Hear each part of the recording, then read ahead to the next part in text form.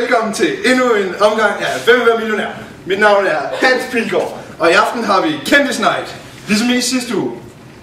Ugens deltager er ligesom i sidste uge. Først Sanne Salomonsen. Dag Sanne. Hej. Godt du kan komme. Anden deltager er alle pigers ønskedreng, Basim. Dag Basim. Godt du kan komme. Tak. Og så har vi til sidst showets maskot, Hjælpeklovnen.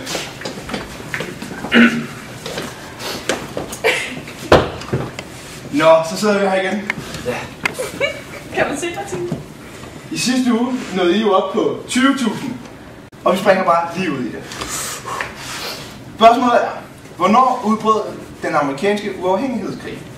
Svar mulighed A. 1775, B. 1774, C. 1773 eller D. 1772. Hvad siger du, Basim?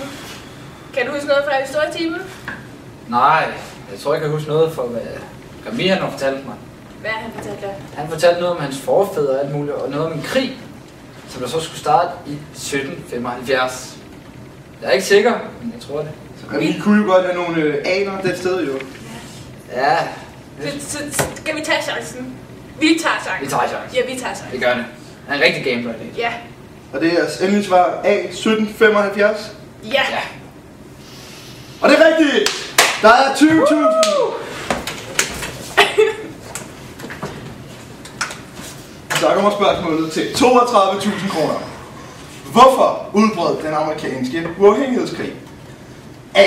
Kolonierne ville være frie. B. England ville have bananer. C. Tyskland ville overtage kolonierne. Eller D. Kolonierne ville have en dronning.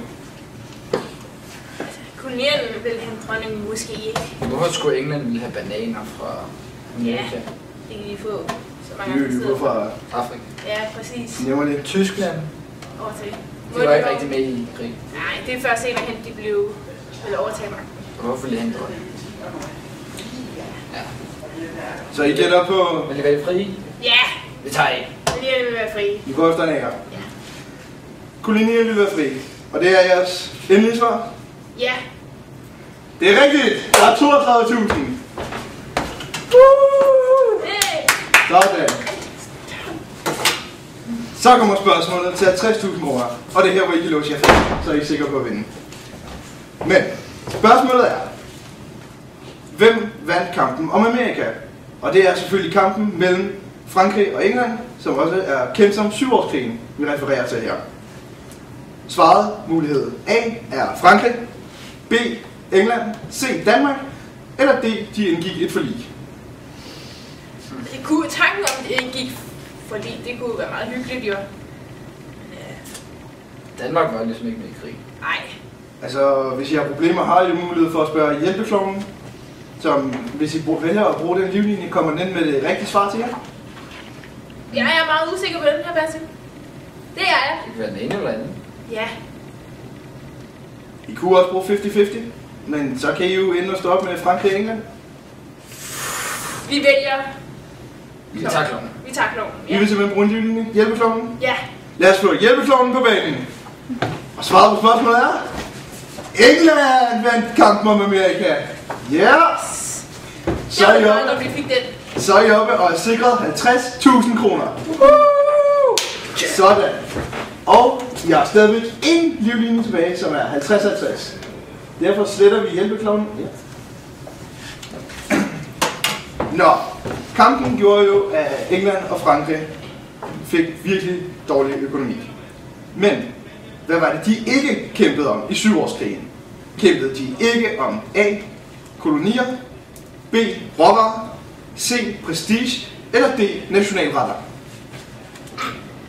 Der vil jeg nok lige ud af bussen. Skal vi ikke sige nationalretterne?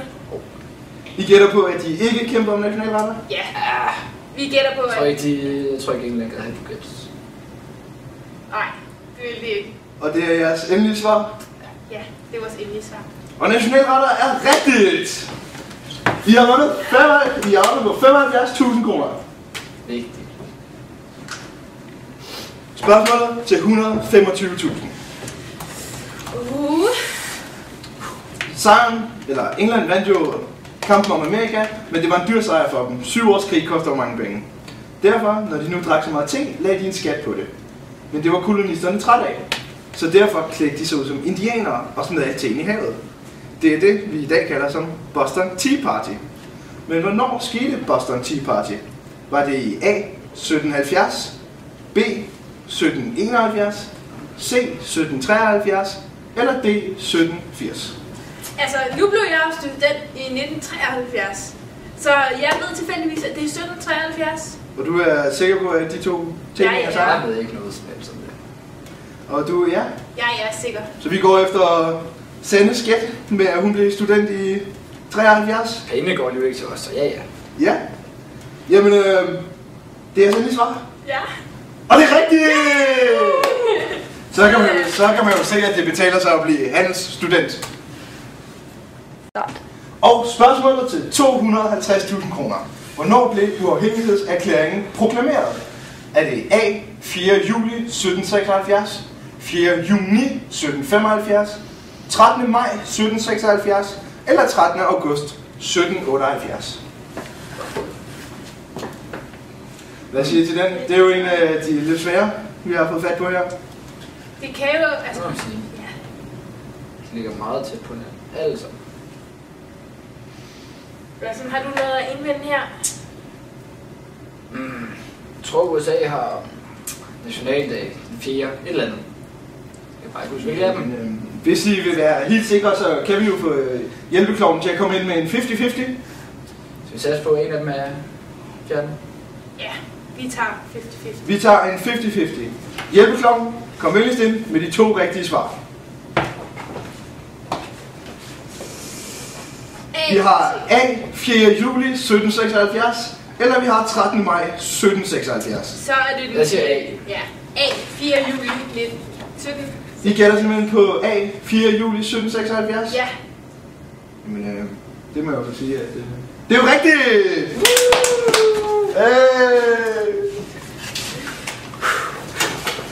Ja. Eller? Ja, så er det spørgsmålet til 500.000 kroner. Nu er vi jo lige ved at være der. Spørgsmålet er, hvorfor gik Frankrig, Spanien og Holland ind i kampen mod England? Og England kæmpede jo på dette tidspunkt mod kolonisterne. Svarmulighederne er A. At de ville overtage Amerika. De ville B. Begrænse Englands magt. C. De kunne godt lide burger. Eller D. De ville afprøve nye våbentyper. Skal vi bare udelukke de 2 sidste? Ja. Kan vi bare det? Det er det. Altså, se, D'eren, våbentyper. Det havde jo ikke tanks dengang. Burger var ikke opfundet. Så er det imellem, altså... Så sidder vi jo med... Men de overtager Amerika. Nej, det ville de jo. De vil hellere... Ja, nej, det behøves det ikke dengang, nej. Nej, altså, der var krig mellem Frankrig og England. Vil de ikke Så bare jeg- nakke England? Jo, jeg så bare Så vi går efter udlykkelsesmetoden med at begrænse Englands magt? Ja, Vi tager D'eren. Og det er jeres endelige svar? det er vores endelige svar, Hans. Og det er rigtigt! Vi går fremad det her, stille og roligt. Så har vi et enkelt spørgsmål tilbage. Spørgsmålet til 1 million kroner. Og spørgsmålet er, hvilken konsekvens har krigen haft på Amerika? Svarmulighed A. De mistede uafhængigheden til Frankrig. B. Amerika gik fallit. C. Fødslen af USA. Eller D. England nægtede, at Amerika skulle være frie. Jeg bliver helt nervøs nu, når det er det sidste spørgsmål. Altså, vi ved jo, at USA sætter frihed meget, meget højt. Så D'eren havde jo nok ikke været så godt.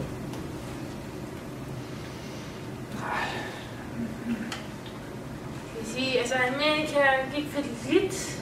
Det kunne godt være. Ja, fordi det er jo ligesom en konsekvens. Hvad med A'eren?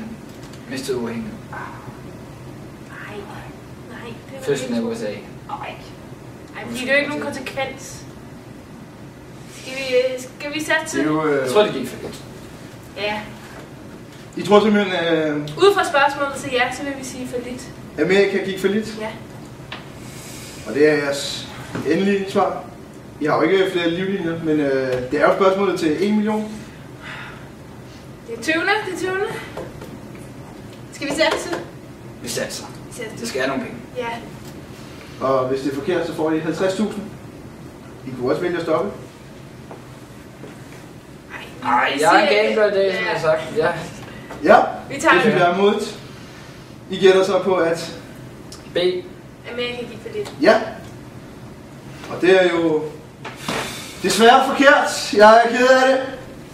Det var C. Fødslen af USA.